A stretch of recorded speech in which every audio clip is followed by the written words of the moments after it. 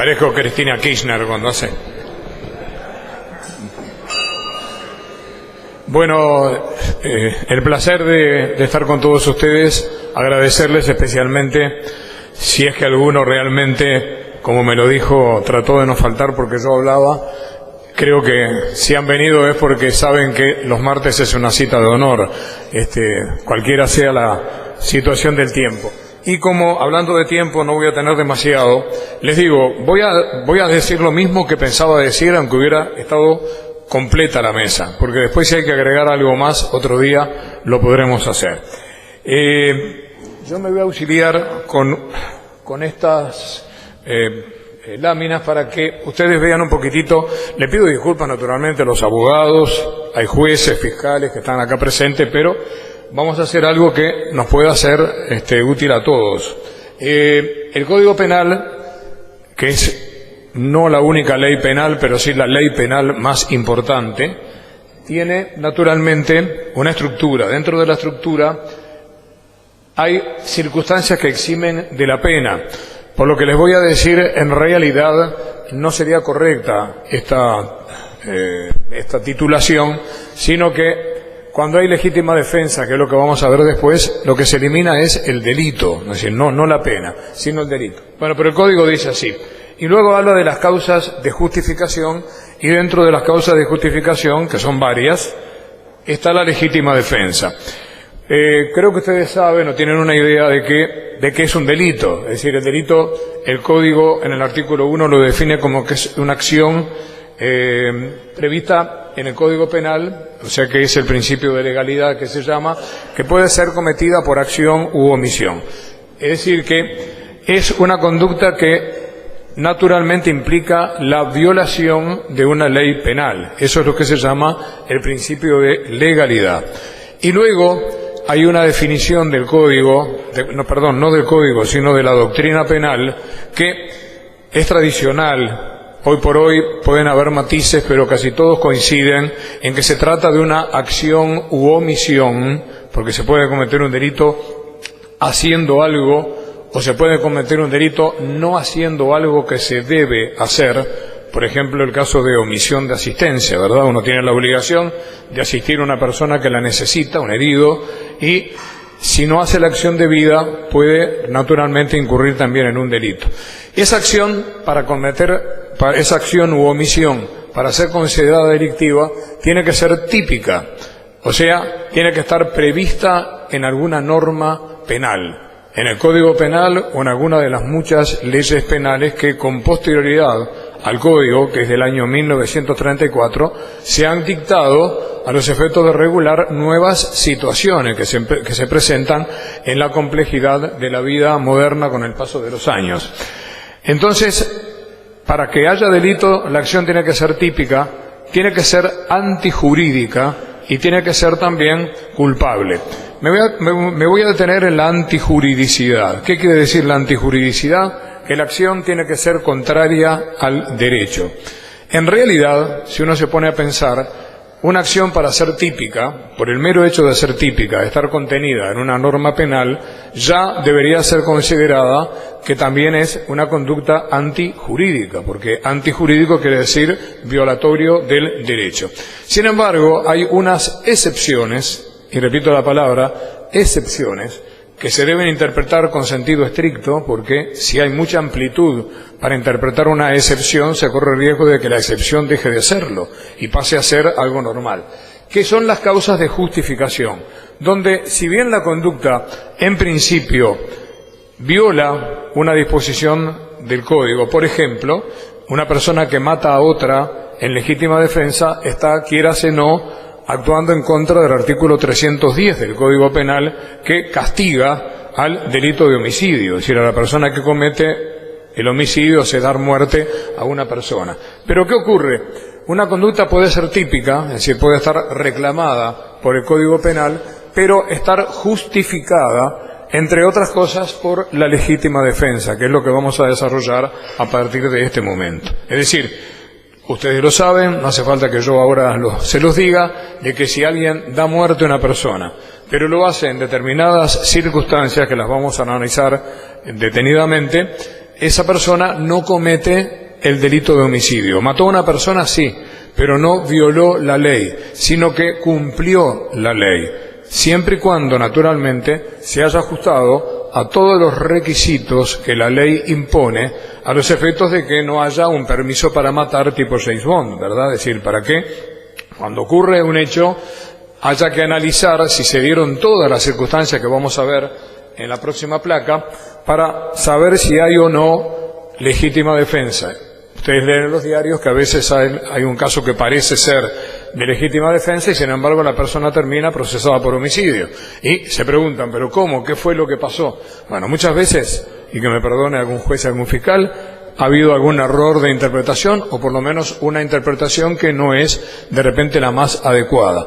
Pero muchas veces ocurre que no se dan estas circunstancias. Lo primero, dice en el primer numeral, dice, el que obra en defensa de su persona o derechos o de la persona o derechos de otro. O sea que actúa en legítima defensa el que obra en defensa de su propia persona o de sus derechos. Y me quedo por acá, porque estamos acostumbrados generalmente a pensar en la legítima defensa cuando alguien se defiende a sí misma de una agresión que está recibiendo en su propia persona, ¿verdad?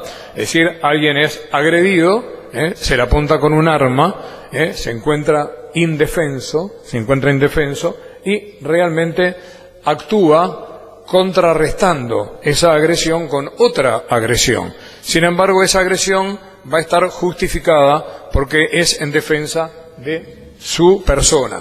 Pero también, y esto es muy importante, y a veces lamentablemente algunos jueces o fiscales no lo toman con la debida dimensión, también obra en defensa de sus derechos una persona cuando repele una agresión sobre alguno de sus bienes. Por ejemplo, sobre el derecho de propiedad, es decir, cuando alguien está defendiendo su patrimonio, cuando alguien es insultado suavemente y reacciona aplicando un golpe de puño a la persona que lo ofendió, en cuyo caso está defendiendo el honor, ¿verdad? O cuando defiende el honor sexual, reaccionando frente a una persona que está intentando violarla o cometer algún tipo de acto lascivo contra la moral de esa persona. Entonces, el concepto un poco común es que generalmente es legítima defensa cuando alguien se defiende a sí mismo, y sin embargo no es así, porque además después dice de la persona o derechos de otro, porque aunque no nos va a dar el tiempo para examinarlo en lo que nos resta, también una persona puede defenderse a sí misma, pero también puede defender a un pariente, a un familiar, o incluso a un tercero, a una persona que no conozca. Es decir, Carrara, que es el penalista más insigne que ha habido seguramente en la faz de la tierra, decía que esa defensa era sagrada. Es decir, cuando alguien defiende a un tercero que no conoce y arriesga su vida para salvarla, él decía que merecía todavía mucho más encomio su conducta que en cualquier otra circunstancia en que se defendiera a sí mismo o a una persona ligada por algún grado de parentesco. Entonces, ¿qué pasa? El tema es que luego de esta definición, que permite, repito, no solamente la defensa de la persona, sino también la defensa de los bienes, y voy a hacer después un capitulito, medio rápido, sobre la defensa de la propiedad, es decir, porque está bastante mal amparada por la vida diaria de los tribunales, es decir, quizás convenga primero ver los requisitos de la legítima defensa. ¿Cuándo hay legítima defensa? Cuando la persona obra en defensa de su persona o derechos, o de la persona o derechos de otro, siempre que concurran las siguientes circunstancias, que son acumulativas. Tienen que darse las tres para que haya legítima defensa. Agresión ilegítima. Hay que interpretar cuál es una agresión ilegítima. La agresión que yo sufro sobre mi persona, pero que sea contraria al derecho. Por ejemplo, si viene una persona a detenerme a mí y me quiere llevar detenido y yo me rebelo contra ella y la agredo, no estoy reaccionando frente a una agresión ilegítima. ¿Por qué? Porque el policía que viene a aprenderme porque tiene la sospecha de que yo he cometido algún delito está actuando conforme a la ley. Entonces, agresión ilegítima es la que naturalmente ocurre en la mayoría de los casos, donde una persona se ve agredida por otra que no tiene ningún derecho a hacerlo y sin embargo esa persona se ve obligada frente a la agresión ilegítima a reaccionar a su vez repeliendo ese tipo de agresión. Cuando hay agresión, se ha discutido mucho, ¿verdad? Es decir, tiene que haber un peligro cierto para la integridad de esa persona o para la integridad de las personas a la que ese sujeto quiere defender, sea un pariente o sea un tercero. La expresión que se utiliza normalmente es el acometimiento, es decir, tiene que haber una cercanía, una proximidad, una situación de peligro inminente frente a la cual la persona se ve obligado a reaccionar. Si la persona puede escapar, cuando alguien lo amenaza, si puede meterse dentro de su casa y no lo hace y decide afrontar la circunstancia, ahí seguramente no va a estar cumpliendo con alguno de los requisitos, ¿verdad? Entonces, lo importante es que tiene que haber un acometimiento, tiene que haber una cercanía. Puede también una persona estar apuntándolo con un arma a 20 metros, y en ese caso, si la persona siente que si esa persona dispara le puede estar matando a él o causando una lesión, estaría habilitado a sacar un arma y ganarle de mano y pegarle un balazo a esa persona. Tampoco es necesario en la agresión, porque alguna vez algún juez o algún fiscal lo ha puesto, y no puede ampararse porque no sufrió ninguna herida. No es necesario. Es decir, Maquiavelo decía que cuando tiene que defenderte contra alguien más poderoso, trata de matarlo con el primer golpe, porque de lo contrario el otro te va a matar a ti. Entonces, realmente tiene que haber sí una certeza o una casi certeza de que la vida de la persona que está defendiéndose se encuentra en peligro, o el peligro es en relación con alguno de sus bienes. Luego tiene que ser necesidad racional del medio empleado para repeler la agresión o impedir el daño. Repeler la agresión creo que es un sentido fácil de entender. Es decir, yo me veo agredido y repelo, es decir, hago la acción contraria contra esa persona a los efectos de evitar el propósito que esa persona tiene se consume. Es decir, realmente yo lo que tengo que hacer es defenderme para evitar ese tipo de agresión. ¿Cuándo puedo hacerlo? Y bueno, cuando tengo los medios adecuados para poderlo hacer, ¿verdad? Es decir, si tengo un arma, utilizaré el arma. Si no tengo un arma, bueno, veré con qué me puedo defender, ¿verdad? Es decir, ahora, la necesidad racional del medio empleado es quizás el punto más difícil de determinar para los operadores del sistema judicial. Nosotros como abogados, defensores, que estamos tratando de que esa persona que mató presuntamente en legítima defensa, trataremos de buscar la interpretación que más favorezca a esa posibilidad y ver si, en definitiva, los medios eran o guardaban alguna proporción. En realidad, no es una relación de proporcionalidad estricta. Es decir, no es si me atacan con un cuchillo, yo me tengo que defender con un cuchillo. Si me atacan con un revólver, no.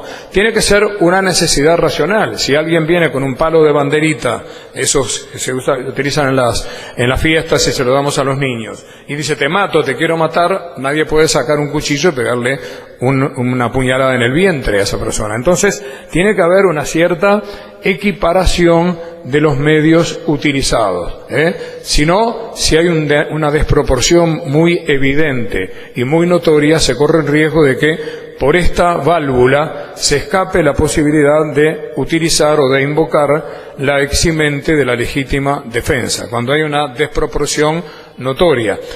Recuerdo el caso de una persona un albañil que estaba haciéndole obras en su casa, la quiso violar y esta persona se defendió con lo que tenía, una señora, tenía una pequeña cuchillita y luego le hizo como 47, 48 heridas y el juez en aquel momento decía hubo un exceso porque con una o dos alcanzaba, no alcanzaba, es decir, esa mujer le clavó el puñal hasta que pudo lograr que cesara la agresión que estaba sufriendo o la amenaza de la agresión que estaba sufriendo, amenaza cierta de la agresión que estaba sufriendo por parte del agresor.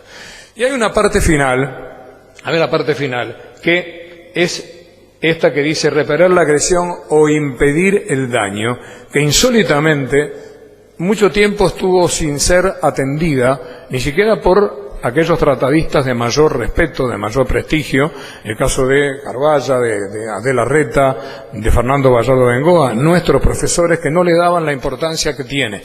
Porque adviertan ustedes el matiz. Dice repeler la agresión. Parecería que tiene que haber primero una agresión y luego yo poder defenderme. Pero también dice o impedir el daño. Es decir, yo no tengo por qué esperar a que me agreda, porque puedo impedir el daño antes de que el daño corra riesgo de consumarse, siempre que haya una proximidad, ¿verdad?, entre una acción y la otra. Y esto tiene su importancia si lo relacionamos con lo que, y esto seguramente es una cuestión que se debate en la prensa muy a menudo, con el hecho de que la persona puede defenderse a sí misma o defender sus derechos. Y me voy a detener un par de minutos, aunque sea, con la defensa de la propiedad. Porque, ¿qué ocurre?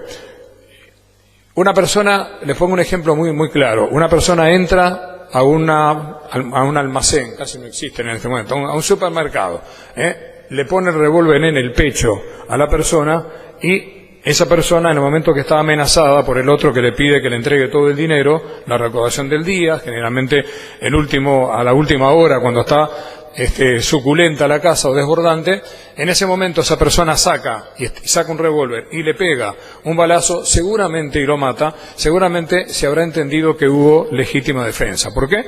Frente al revólver que estaba desenfundado, esa persona reaccionó. Pero si esa es la persona intimidada, esa misma persona, intimidada con ese revólver, opta por darle el dinero, todo lo que tiene, y en el momento en que la persona empieza a retirarse, saca el arma y le pega un balazo, seguramente o casi seguramente van a entender los jueces de que no hay legítima defensa. Y sin embargo, en ese momento está impidiendo el daño. ¿Qué daño? El daño patrimonial. Es decir, ¿por qué tengo que esperar que me roben todo eso cuando yo puedo evitarlo de alguna manera sin correr el riesgo de hacerlo frente a la amenaza de la persona, esperar el momento? Ahora también, naturalmente, si la persona se fue y cesó el peligro de la agresión, yo no puedo seguir atrás de él 2 cuadras a pegarle un tiro, ¿verdad? Porque ahí ya parecería que entramos más dentro de la venganza que dentro de la defensa. Pero ¿qué ocurre? Les pongo un ejemplo muy claro. Es decir, me tocó defender allá en el verano del 2002 a un suizo que vivía en una zona cercana a Montevideo, ahí en Ciudad de la Costa.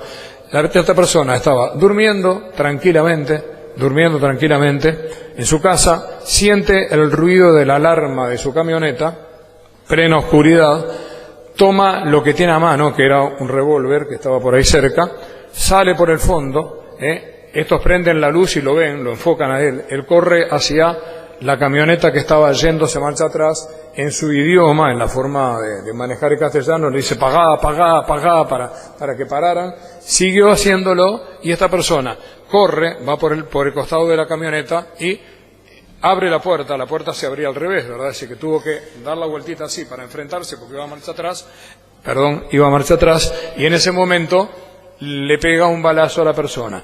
¿Qué tenía que hacer este señor? ¿Tenía que haber esperado que le robaran la camioneta? Es decir, ¿cuál era la solución? Yo veo que me están despojando de una camioneta que recién la había comprado.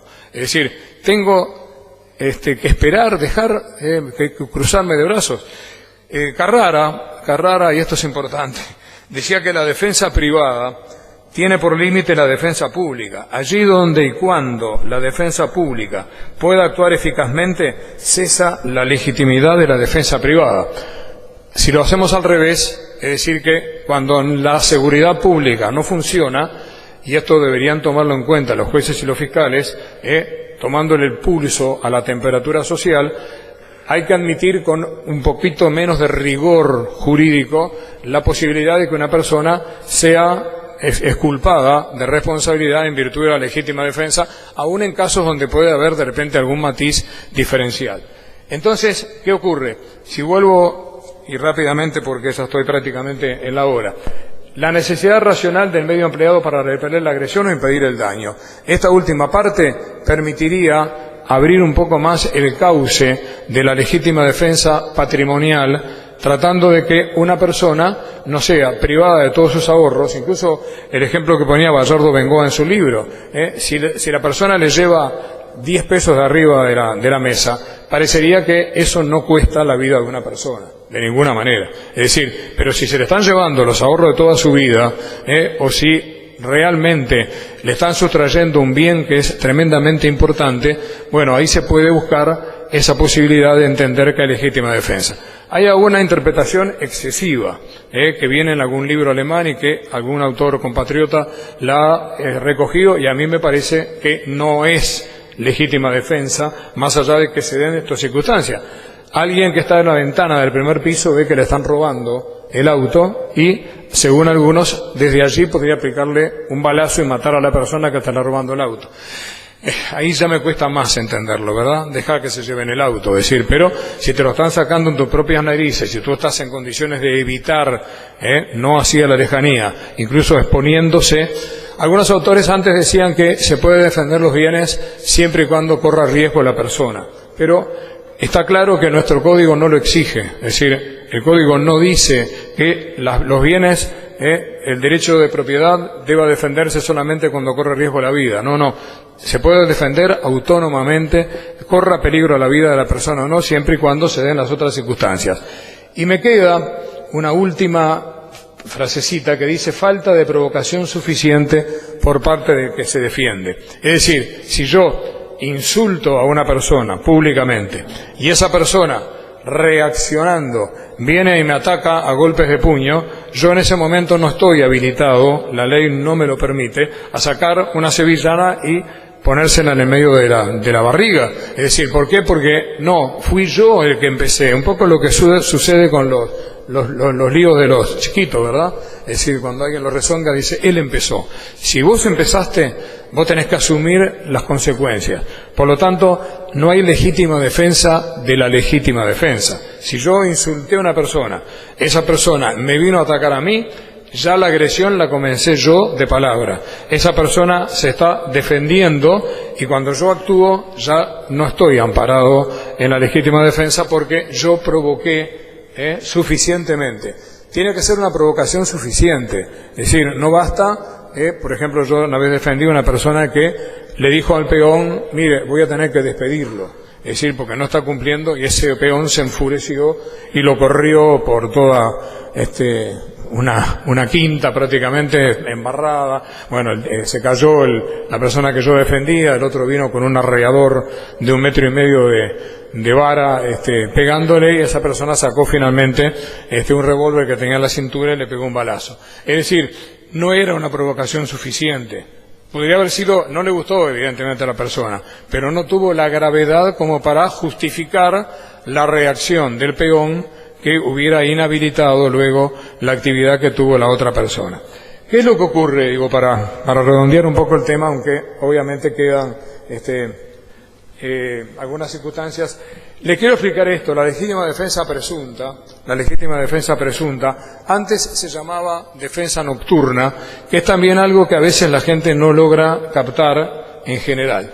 Se entenderá que concurren estas tres circunstancias, o sea, se presume que existe agresión ilegítima, que hay necesidad racional del medio empleado para repelerla o evitar la agresión, o que no ha habido provocación suficiente respecto de aquel que defiende la entrada de una casa habitación o de sus dependencias, o emplea violencia contra el individuo extraño a ella que es sorprendido dentro de la casa o de las dependencias. A ver, vamos a interpretarlo un poquitito. Dice, respecto de aquel que defiende la entrada de una casa habitada. Tiene que ser la casa habitación, tiene que ser la morada de la persona. Alguien quiso interpretar que también podía ser un local comercial. Y salvo que esa persona durmiera allí, ¿verdad? Es decir, o si el que lo defiende es aquella persona que es el cuidador, el dueño no puede hacerlo porque se garantiza la posibilidad de que sea solamente en una casa habitada. Y lo mismo, agrega, cuando emplea violencia contra individuo extraño a ella que es sorprendido dentro de la casa o las dependencias. Yo encuentro un ladrón dentro de mi casa. ¿Puedo hacer lo que se me antoje con él? Hubo un caso donde la persona, que era un señor con 3 hijos grandes, lo agarraron a esta persona, lo sentaron, agarraron con un cigarrillo, lo quemaron, lo torturaron y ahí ya se le fue la mano, ¿verdad? En ese caso hay lo que se llama un exceso de defensa. ¿Qué quiere decir? Que alguien dentro de su casa tiene una mayor posibilidad de justificar la existencia de la legítima defensa. ¿Por qué?